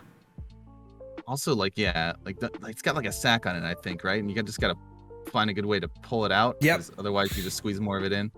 Yep. I remember that. I was walking my bike home from. Gross. Yeah, not fun. I think maybe the first time I was walking my bike home, and I got stung on the hand or the arm, and this is like way back in Montana, and I was just crying, and I was like walking past my neighbor's house. They're like, "Hey, you okay?" And I'm like, "I'm okay." Like, "Do you want us to carry you?" And I'm like, "Oh, I'm okay." Oh, it was horrible, especially when you're like 5 or 6 years old. That, you know, your pain tolerance is incredibly low. I hate that. Bee stings suck. I can't imagine being a bee. How long were you a beekeeper? For about like a year. I couldn't seem to keep the ants off of the hive. You have to be very careful because they'd always have ants. Like, you have to like surround it by like putting, like, let's say you have 4 legs in the thing, putting them all surrounded by water or like oil or something like that, just to keep the ants off, because there are way more ants than there are bees, and they just will not leave them alone if it's a small enough hive. Maybe a bigger one that can defend itself, but I was a beekeeper long enough, and then like the hive eventually just phased out, and they had like disease, and like I guess just died didn't off. do very well. So yeah, but it was fun while it lasted, even though it was very stressful. I'd go down there, and like, yeah, you could tell they were all pissed off because they're just like buzzing really loudly, and there's ants everywhere. Like, man. I gotta deal with these ants, and now this guy's back. But it was really cool. You know, you get like the cool like smoker, right? And so what you do is you spray that in there, and you're supposed to do that. So their immediate reaction is to they think there's a fire, and so what they go do is they go and eat as much as they can, and hopefully they don't fly. So it kind of just puts them into survival mode, and then they'll kind of hopefully leave you alone. But yeah, I enjoyed it, and I did it long enough to get some honey from it, and I just thought it was really neat. So I know, like, I once had a assistant manager at my first job who went off to a trip to Hawaii, and she brought pineapples back for her favorite coworkers. So I got to taste Hawaiian pineapple, and I was like, amazing, like super duper tasty, you know, compared to what we have here. Oh yeah. I'm not like a huge fan of honey, but what did that honey taste like compared to like processed, you know, in a bottle from the store? Or I'd just say like raw? they don't taste that different. It's definitely an experience. Okay. Trying it with the comb, but like apparently like I don't know who does all the work. I was watching a documentary at one time. Like, you wouldn't believe how many of these I don't know, people try to, like, it's kind of like they try to dilute the honey and mix different things with it to sell more and like mass sell it, and then there's all these people whose job it is to like see if that's what they're doing, and like it's this crazy whole thing. But I'd say it tasted Fairly really similar. better because I worked for it, and like True. but like one thing I've really enjoyed is there's different ones, like blueberry farms or strawberry or orange blossom honey is actually one of like my favorite ones, because like, you know, they'll hire beekeepers to bring their boxes out there, pollinate all their crops, and then like, you know, then they go on their way, and they'll have a specific type of honey once they're done. So you can get blueberry honey, you can get different kinds, which That's interesting. it's better for you than sugar. You can put in your tea, and I don't think honey ever expires. It might get granulated, but it's always good. I'm pretty sure it's good for life. Just crazy. Yeah. Interesting. A little tidbit. Yeah. So if Twitch wouldn't have worked out for you, or if it wouldn't have, or entertaining people wouldn't have worked out for you, or just this whole shtick, you know, you tried it, and then, you know, you gave it your all for maybe a year or two, and you just like, this isn't working. You know, you got to the point where you're like, I just can't keep trying this. And you know, everything you did just somehow didn't catch the attention of people, or maybe you just didn't get lucky, you know, like some people do. What would you have then tried for? Would you have then found something else? Do you think maybe you don't really know because, you know, you were never in that situation, but like, what would have been the next immediate, like, that's the thing? I always really enjoyed doing telecom, which is like my old job. Like I'd work in these big AT&T buildings. To be honest, like I worked with Simeon, and it was a really fun time, and half the time it didn't really ever feel like work, you know? It's not like, because there's certain jobs where you know, you're on your way to there and you're just kind of dreading it, but like that, I got to do it. I got to mostly work by myself. I'd go like, you know, like secure cables the whole time, and then like that was usually the day where we put stuff together, so it wasn't too bad. That's good. I'd probably take a job like that. Not a big fan of construction or anything like that. That's understandable. Obviously, you know, Hard some labor. people are better than others, but like, yeah. Not as fun. So, yeah, I think I'd do that, because like, not that I would all the time, but like, you know, any job where you can just like listen to music and just do your work is fantastic. Perfect. Yeah, it's definitely I love those what if questions, or like, you know, if this wouldn't have worked out, what would you do? You know, like, what if the thing that you found success in just didn't end up, and hearing people's answers in that. I got some pictures that I've found, and that I'm sure other people haven't seen, that I wanted to kind of pick your brain at. Willie! Perfect. Thank you for the follow. I also sent you. Oh, go ahead. Oh dear. Taquin! The man, the myth, the legend, the high octane god. Hello. Hope you had a wonderful stream. Welcome, everybody. We are in the middle of Nade at Night, a little 4-segment show, and we're on segment number 2. Just having a little sit-down chat with PixelPeet here. If you don't know him, super innovative, effects-driven fellow with a heart of gold over at twitch.tv/PixelPeet. Hello. friends can't stop me. Oh yeah, I just realized you're streaming. I actually asked Taku to be on the game show portion. He was like one of the first people I asked. And he was like, no, my friends wanted to hang out with me this Friday. You know, I haven't seen them in so long. I blew them off to make content. Oh, jeez, I'm sorry, dude. Oh my gosh. It's all right. It's all right. Hope you had a good stream. Welcome, everybody. Okay, so full screen here. This image. It's the first Instagram post, the earliest one I could find. And honestly, I was looking at it and I was trying to figure. A part of it felt Photoshop to me. Because the suit bottom part feels like it would be like a black and white image I would see in my grandparents' house almost. Is this like fully real? Yeah, fully real. Okay. I had like it's kind of like it's called a shell mask. Sometimes what Spider-Man people wear, or Spider-Man like cosplayers wear. Oh, which okay. Kind of just gave more form to it, but Gotcha. yeah, that I wore that to TwitchCon one time, and I put like the black Batman eye makeup on, you know, like underneath, because it made it look pretty cool. And like, man, I swear everybody was giving me dirty looks. I don't know. It was kind of unsettling. It's probably different than, I think going into that, we have this image, or I believe this is you at TwitchCon. Yeah, you can see the eyes in that one. Yeah, I was wondering about this. As I stared at the eyes, and I was like, is that just the lighting? I was thinking about, I was like, why are his eyes so black? Well, so you know, it's one thing to be on camera, but I always kind of worried about not being the same on stream as in person, and so like I always try to make it as close as possible because I thought it would just be really fun. Yeah, it is. I mean, it's like if Dr. Disrespect showed up like as himself, you know, people probably wouldn't be as interested. It'd be kind of weird. It'd be like a total a huge shift in what they're expecting. But that is definitely absolutely like a huge thing to worry about, is like, am I the same on stream as off stream?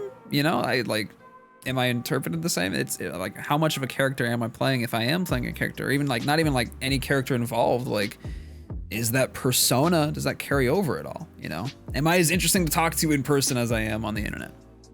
And at the last TwitchCon, they didn't let me wear like a full face mask. That was in the rules. So that's what really bothered me. And so I kind of like ended up tossing that pretty quick because,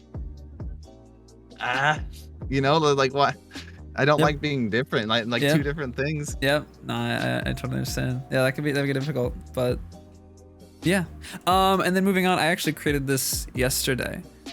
We have a little bit of a, actually hard to look. It's hard to see because we're covering it up, and let me full screen it real quick. The evolution. Can, but am I able to? Yeah.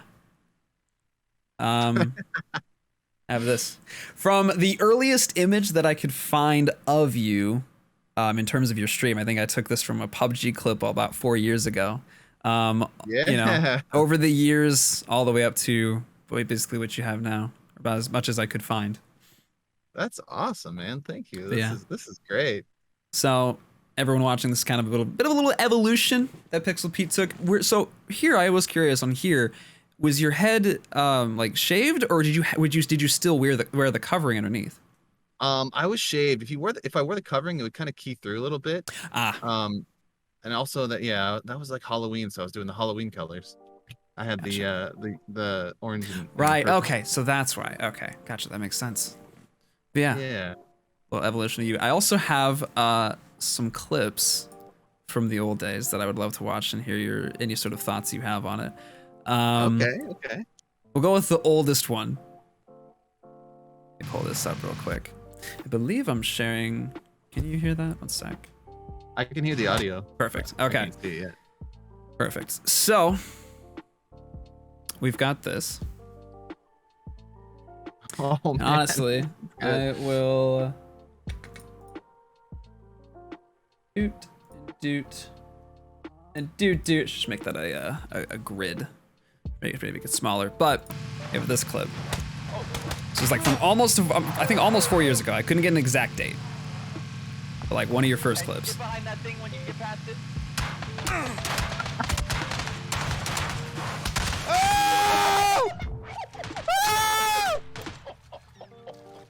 Losing it. James Bond style, man. I don't know how I pulled that off. Clip that. Clip that. I should have died for sure. Somehow I snuck right between those bars, man. That game Yeah. is not forgiving. Absolutely. So I'm assuming that was like one of the first games you played on stream, PUBG, or at least it seems like that was, besides Halo 5. Yeah. Yeah. I was into it at the time, you know. It was pretty new, and some reason the vehicles and everything else, just like I loved it. I loved it. As clunky of a game it was, yeah, it was still super fun. I think one of these two clips would be the next one. This definitely portrays a good portion of your personality, I would say. Oh man, the controller cam. There we go. Yeah, that was actually what I got first introduced to. Yeah. I think it's perfect because your controller is on your leg, which is also being keyed out, and it's just kind of moving. Oh man, it was very fun. I wish I had a better setup for that, because as soon as I get comfortable, I look down and I realize the camera was out of place. Yeah, I remember. Yeah, you mentioned that. It's not being. Thank you for the bits. Hell yes, I do. That was fun. A lot of dancing. That's what I was like. What I initially interpreted it was very effect heavy, your stream, but it was also very. A lot of it was music driven. Yeah. A lot of dancing, which I thought was incredibly unique. I was like, that's cool. I gotta see other people super like dancing on Twitch, even if it is in their chair, you know? I thought that was super unique. You make a good point. I think that's another thing that I hope for the new game. Like, it's pretty hard to listen to music and dance and play Apex. I'm hoping I can do that in the new Halo, because hopefully it's not super sound based. Yeah. And just relax. Apex is definitely very difficult. Yeah, you have to play into your life more, and sound is a huge thing. We have. You can just play Bloodhound. yeah. Just everybody. I don't need sound. Then we have this clip. Is he knocked or no? Oh yeah. Man, the little things. Help. Seeing gameplay from 2 years ago should be.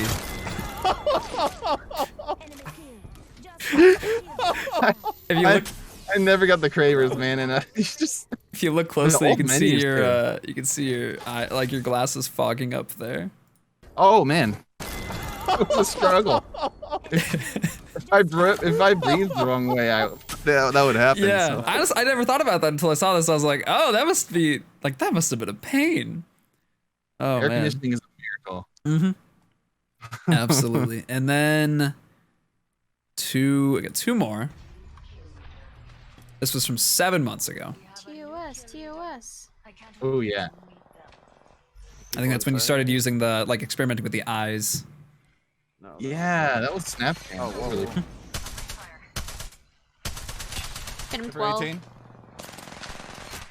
Got him. Off, dude. One more. Tornado over there. On fire. Almost cracked. Crack. Knocked. Other ones are behind him. Oh, this one was actually really cool. Yeah.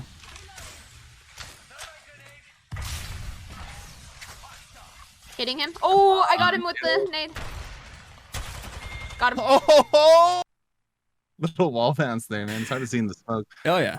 It's difficult to do in general. And then up to something that I have noticed over the amount of clips that I watched of you, for the past 3 to 4 years, the oldest ones that I could find, you have been incredibly consistent on being you.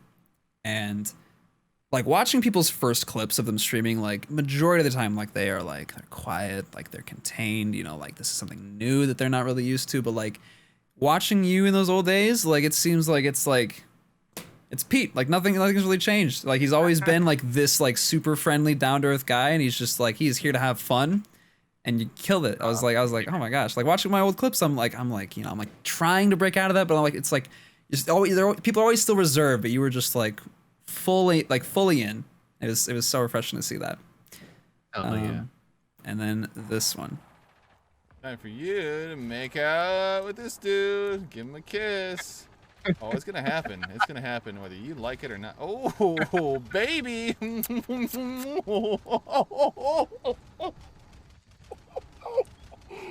They're really Way going too for well.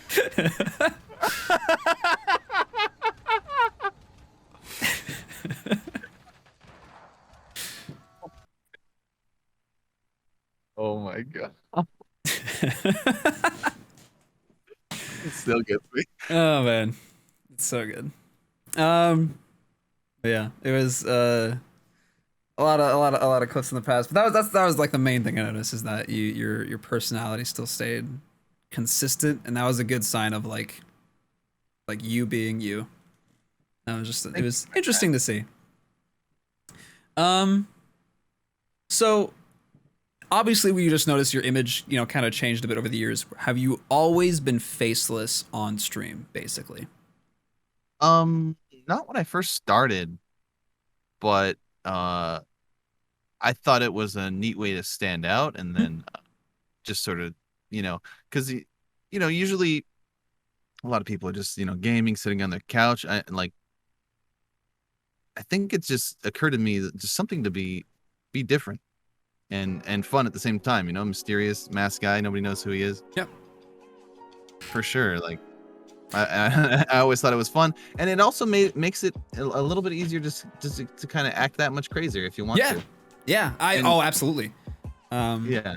Yeah, it's almost like they see you, but they kind of don't, and so you can kind of be whatever you want to be. I viewed it kind of like in the middle of content creators who don't really have much of a face, or they don't focus on themselves, kind of like Donkey on YouTube and his videos, versus someone who normal content creators where it is more like a good portion is their image, where it's kind of that skills. I think with the gifted sub, it's kind of that weird middle ground where it's like you have something to look at, but like it's like right in the middle, but it works. Yeah, I think it's something that kind of occurred to me.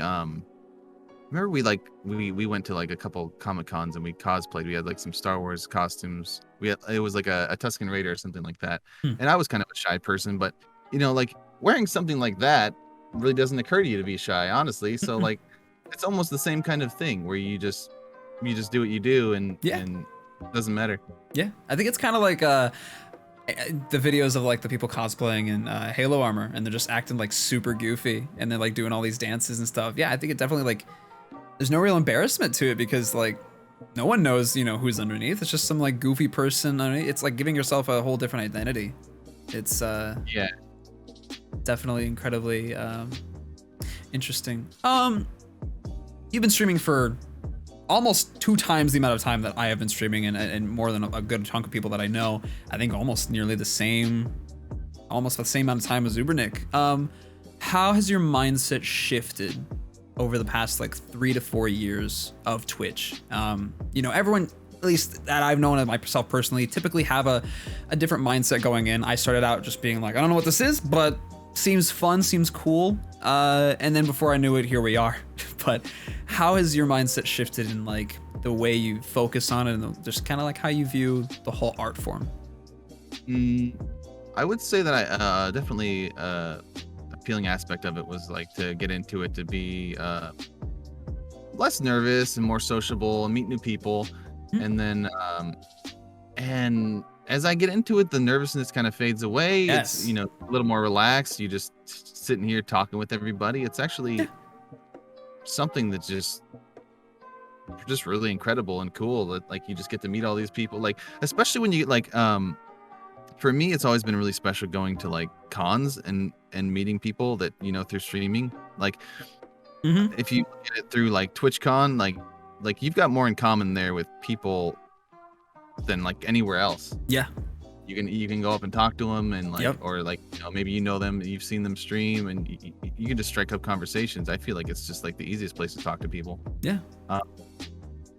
That like I've definitely, I think especially at first I'd always like look at the stats and numbers, and then like eventually I just like tune that out, because like it's really just very easy to focus on that and to slip into that. Yeah, it can be difficult. Yeah, I feel like it hasn't changed a whole lot, but like I just feel so much more comfortable now. That's good. Yeah, absolutely. I think there are a lot of pivotal moments in people's lives that definitely do shift their mindset about particular things, or even like help them become more comfortable socially. It's like speech class my freshman year. I hated the idea of speeches and such, but after that semester, I was like, oh, I could give a speech in front of people, no problem. Or with streaming, yeah, like I was, you know, being kind of socially awkward, even like, you know, I can see that in the beginning clips. It definitely helps a lot with being more comfortable in front of crowds and just meeting people in general. Because, you know, with this, you're not exactly meeting them, but, you know, you're trying your best to be as personable and easy to talk to as possible. And I think, you know, it's kind of like while you're streaming, you're practicing all these social skills at the same time. And, you know, the more you do it, the easier it gets. And it's just, it works, you know, kind of like unintentionally help yourself grow. Yeah. It's really nice. Yeah, that's a good way to put it. Halo Outpost Discovery was also kind of like when you talked about TwitchCon and how, like, you know, you're in a room or you're in a building with people with all basically the same interests, you know, the core thing that connects you all is, you know, it's all the same. You could talk with anyone about anything. And I think that was a lot with Halo Outpost Discovery. It was like, I got to finally be in a building with people who thought like me and who enjoyed the same thing and who probably felt just as passionate, if not more passionate, about this video game or this art form that I did. And it was a riveting feeling. And so yeah, TwitchCon, I can only imagine, is the same way. Yeah, absolutely. Last question, a little bonus one. Okay. If you could travel back to a specific moment in time in your life, just to re-experience it, none of your actions would alter history, none of your actions would change the outcome. You couldn't go back to change anything because obviously that would complicate who knows how many things in the real world, you know, the butterfly effect. But if you could just go back to experience one thing in your life, or a moment, or a year in your life, or a 5-second moment, you know, maybe like a roller coaster ride or something, what would that be?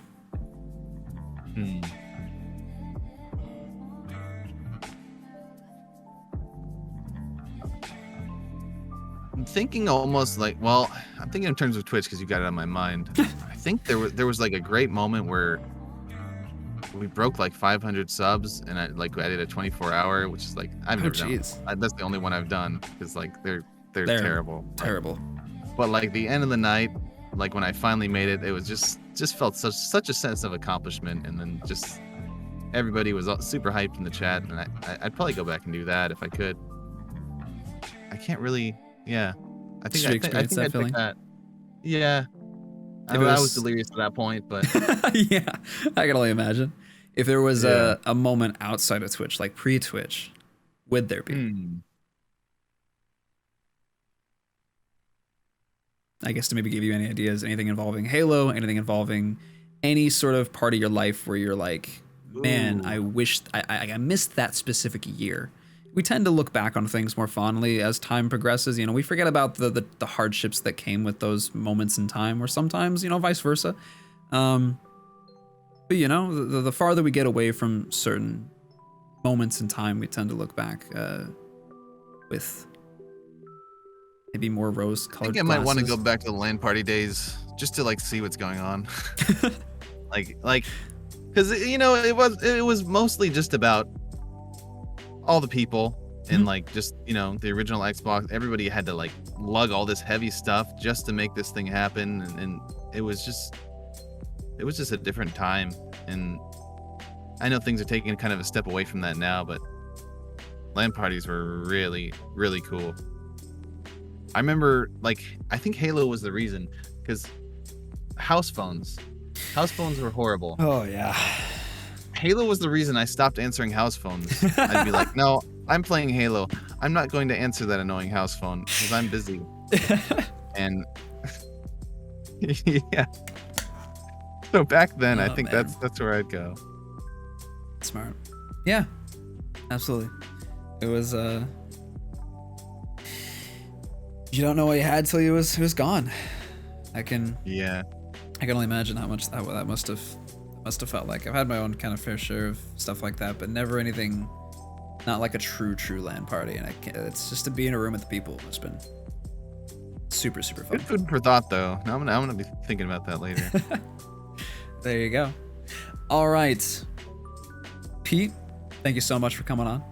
Appreciate you being here. Thanks for having Appreciate me, your man. time. Yeah, absolutely, dude. Great chat. I feel like I enjoy this because like as content creators, we're always so busy. A lot of us don't really get a chance to just kind of sit down and talk. Always have our Yeah, own things that's going really on. nice. Like it's like if you worked in an office space, you see that person, but they're always working on something, or you're working on something, and schedules don't really line up. It's hard to line up that Nice to schedule. slow down. Yeah. Oh yeah.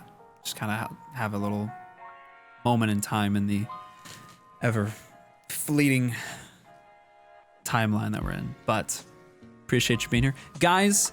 If you are not following PixelPeet, please do so. He's a fantastic individual, again, with a heart of gold. Probably one of the nicest people I've met on Twitch, but there's a link to his channel. Follow him and hang out, relax. Plays a lot of Apex. I'm sure he's gonna be playing a ton of Halo Infinite when that comes out, if the game is enjoyable. But kills it. Super great guy. Super interactive as well, and I have taken a ton of inspiration from him, as he's been an incredibly huge inspiration to a lot of things that I've done in the past and present, and potentially probably even the future. But Thank you, sir. absolutely. All right, guys. That's gonna do it for Unfiltered. We are gonna move on to Night Vibe next. I don't know how long it's gonna take to set up, so stay tuned to that. But only about halfway done for the night. Thank you for your time here on Nade and Night. My name is Josiah. PixelPeet. Signing off. Yeah. Give him a round of applause. Thanks for coming on. Thank you very much, sir. Thank you. All right. Cool. Hopefully my BRB screen hasn't killed itself, but I will see you guys soon.